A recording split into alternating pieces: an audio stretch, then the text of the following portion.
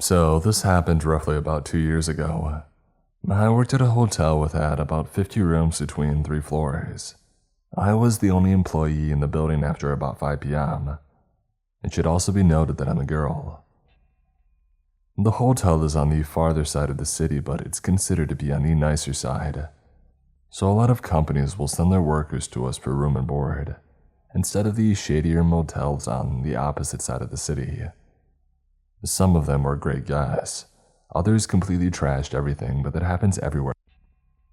The layout of the building was pretty simple. You pull up to the front entrance, enter the foyer, and the front desk and lobby is right through a set of automatic doors. Right across the hall from the lobby was a staircase leading up to the second floor, and to the left was our elevators to the second and third floor. The first floor only has rooms on one side, to compensate for our pool, our workout room, and the breakfast and dining room. The lobby and the office rooms were all being on the opposite side as well. The upper floors had rooms on each side, with the third floor having the most rooms. Typically, the third floor, the highest, we kept only for business and long stays. The second floor was reserved for short stays or bigger parties, and the first floor we kept open for elders who have wheelchairs or walkers, or people who come in late at night for just one stay. I promise this is relevant for the story. Anyway, it was getting towards the last few hours of my shift. It was slow that night aside from a few work groups that I had checked in a few hours earlier. I noticed a raggedy, rusted and beat up black pickup truck pulling up into the brightly lit carpet, so I got my paperwork ready for check-in. A guy gets out completely covered in dirt. I figured that he just got off of work, as most guys come in covered in dirt and oil. I do specifically remember that he breathed, which isn't too out of the norm either. Entirely, I just chalked it up to him being an oil field or construction worker. I got his credentials. His name was Michael, and I scanned it into the computer. He also was reluctant to leave his vehicle information with me, but I explained that if he didn't, his vehicle was at risk of being towed by morning. I thought he caved just because he was only going to be here for the night. Michael requested a second-floor room close to the lobby staircase so that he could have easy access to the front doors for smoking. Not out of the norm either. After taking his payment, I set up his room keys. I explained parking policies and explained how he can get to his room, which was right up the staircase and the door was on the end. He had a few bags with him, and he went upstairs. Almost immediately, he comes back down the stairs and he accuses me of giving him broken room keys. I had to explain that if you put him next to his phone or anywhere near a magnet, potentially in his wallet, the keys will deactivate. I did offer to take him upstairs and open the room for him, to make sure that the new set of keys worked, and they did. He walked into the room by himself, shut the door, and so with that, I was on my way back down to the lobby. When I got back in the office, something odd had caught my eye on the cameras. He had left the building, but his car wasn't in the front anymore. He didn't mention anything about having another person with him, and if there was, we were supposed to charge a $10 fee per extra person. The side doors don't open unless you have a room key, or are on the inside of the hotel, so I started to watch the cameras to make sure that he wasn't trying to sneak people in. About 20 minutes passed and I noticed nothing happening, except him coming down the stairs. I smile politely and he goes outside. He stays outside for about 10 minutes, just standing in the carport, and I can see it on camera. Now, while I thought that was a little weird, I just chalked it up to him taking a smoke. I stopped paying attention after a while and started to file my paperwork that was due before my shift had ended. Michael ran back into the hotel, cigarette still in his mouth. I instructed him that he must take his cigarette outside and put it out. I told him prior that there was no smoking inside the building. He just threw it on the ground and put it out with his shoe. He turned his attention towards the TV and ended up sitting in the lobby for an ungodly amount of time. He kept glancing towards the door, which made me uncomfortable. During this time, the friendly demeanor he had at check-in had completely disappeared. He seemed paranoid and agitated now. He would whisper to himself, and I couldn't hear what. After about 30 minutes of him doing so, I instructed him to go back up to his room because I cannot have people in the lobby when I'm working on closing procedures. It was a lie, but ownership allows us to make up reasons if we are uncomfortable with a guest. Michael asked me to take him up to his room because he's uncomfortable and scared. I explained that I'm unable to do that for safety reasons. What I could do was watch him go up the stairs on camera, and he could call down to the office on his room phone when he arrived into his room. I was just trying to be friendly and get him upstairs as quick as I could. He goes upstairs but immediately comes back down and informs me that he forgot where his room was and that I would need to show him. I told him that I can't leave the office or lobby, but I couldn't explain it to him where his room was because it was super simple. He was continuing his whispers. This time it was about him losing his phone. I didn't pay any mind to it. After explaining to Michael where his room was, he went back upstairs and heard the door slam shut. It echoed throughout the second and first floors and it gave me chills for some reason. Almost immediately he comes back down and starts yelling at me, telling me that I stole his cell phone and that I'm planning his demise and that I need to find his phone. This was completely bogus as I hadn't left the office since making sure his room key had worked.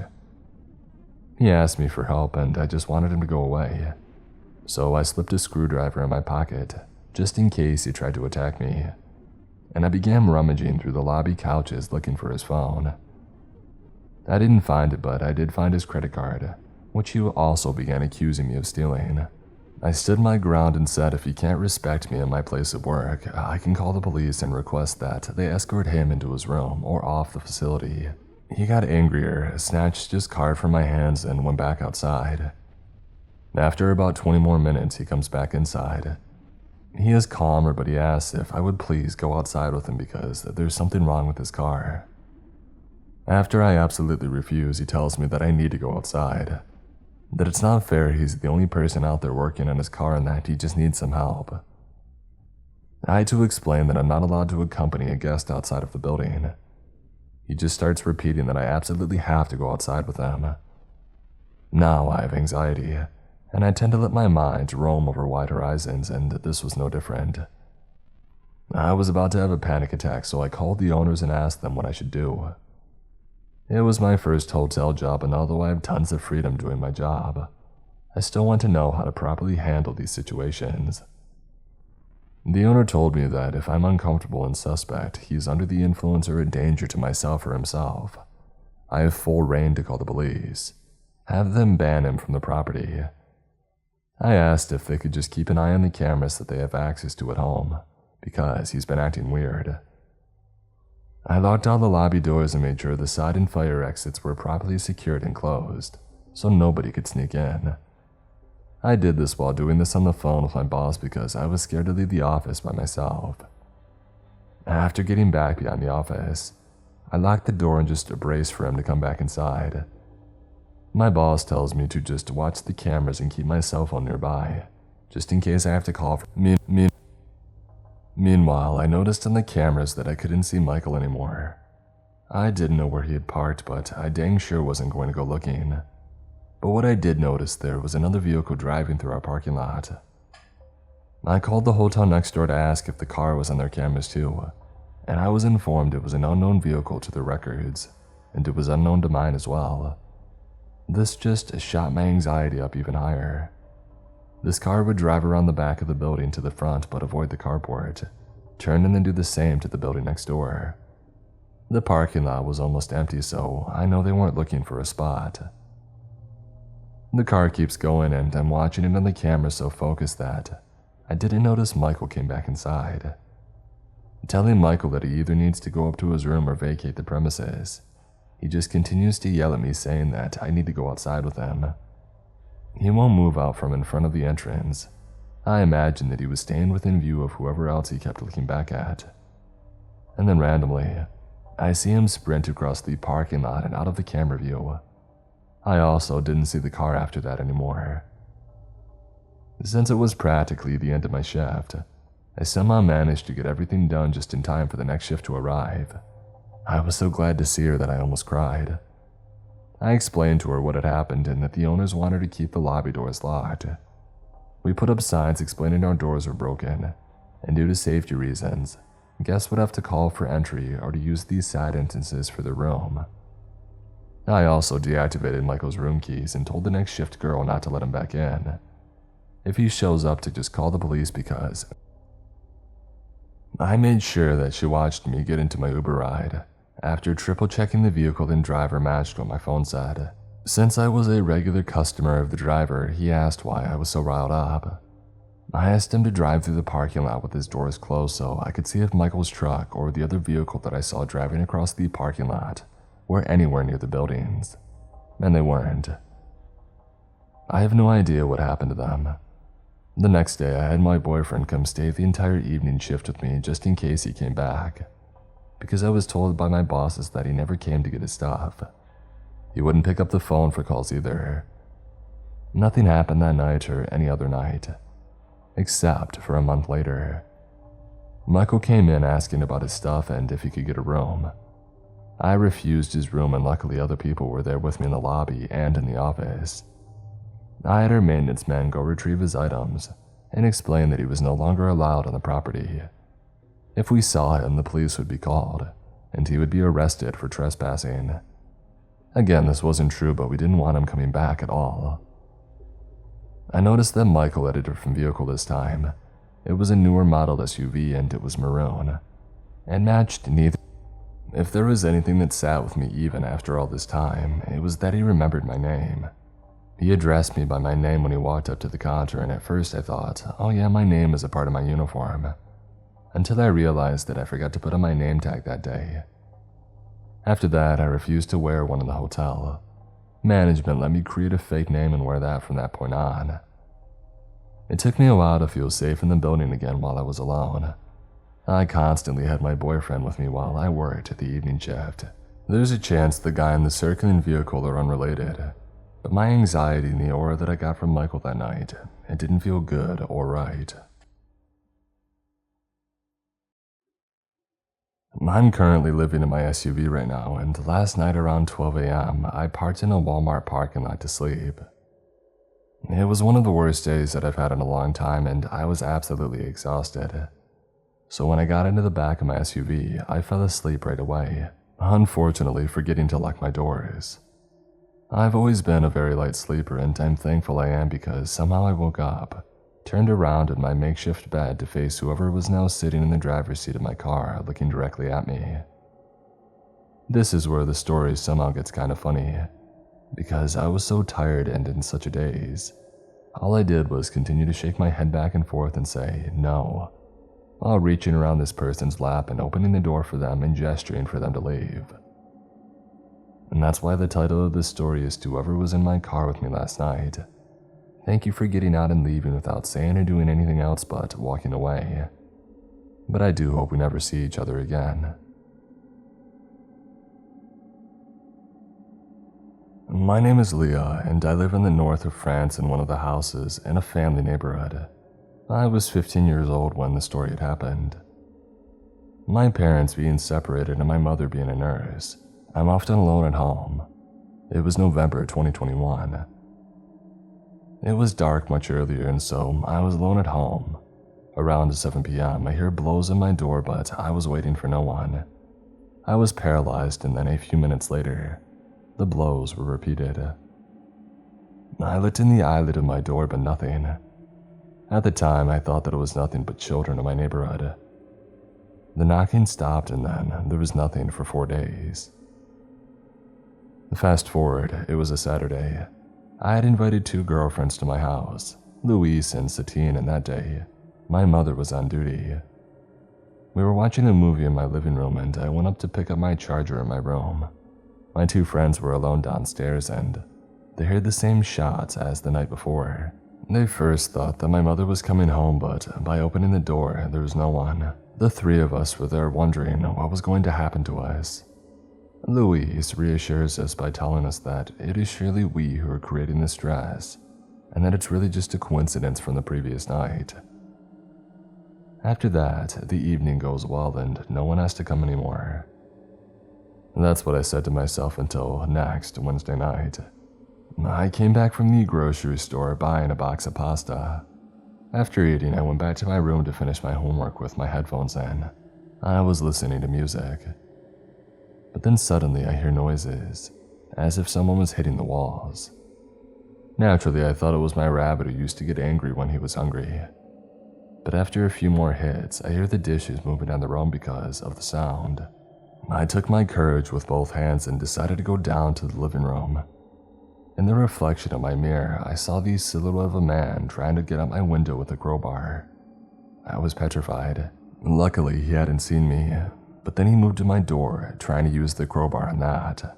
With my remaining courage, I grabbed a knife and put myself in front of the door, trying to hold the door from breaking. The banging became louder and louder, so for some reason I shouted at him and that I was on the phone with the police. Because of my threats, he ran away and I never saw him again.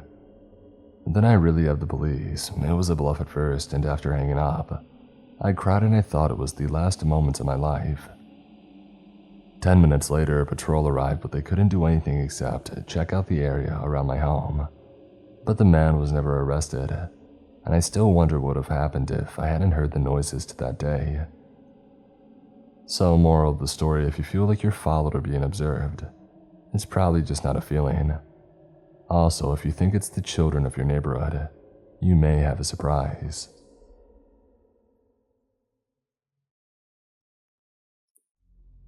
I was on an online dating site talking to this guy. I was 31 at the time and he was 28.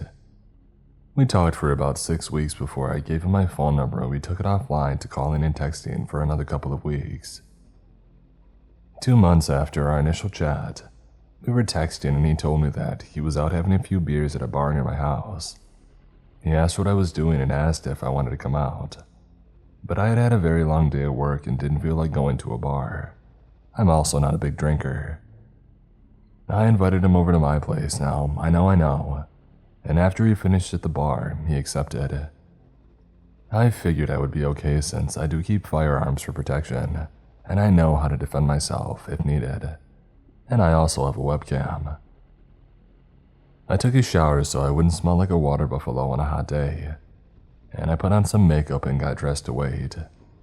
He then called and said that he was outside of my house. I clicked record on my computer's webcam program, and I turned off my monitor and went in to let him in. By this time, it's around 10 p.m. and he comes in, and we go back to my bedroom because my living room was being remodeled. We're sitting on the bed, chatting for about an hour, talking about everything under the sun. The conversation flowed. He was very handsome and so easy to be comfortable with. We got on the subject of firearms and I showed him mine. After 15 minutes later, he asked for some water, so I go to the kitchen to get him a bottle. When I came back, he said he got a phone call and that he had to leave. After he left, I looked at my nightstand, where I had put my firearm down after showing him, and I noticed that it was gone. I looked everywhere for it, thinking that I had put it down somewhere else, but nope, it wasn't there. I then played back the recording from my webcam program, and sure enough, it shows him grabbing it and putting it in his hoodie. I was terrified at that point.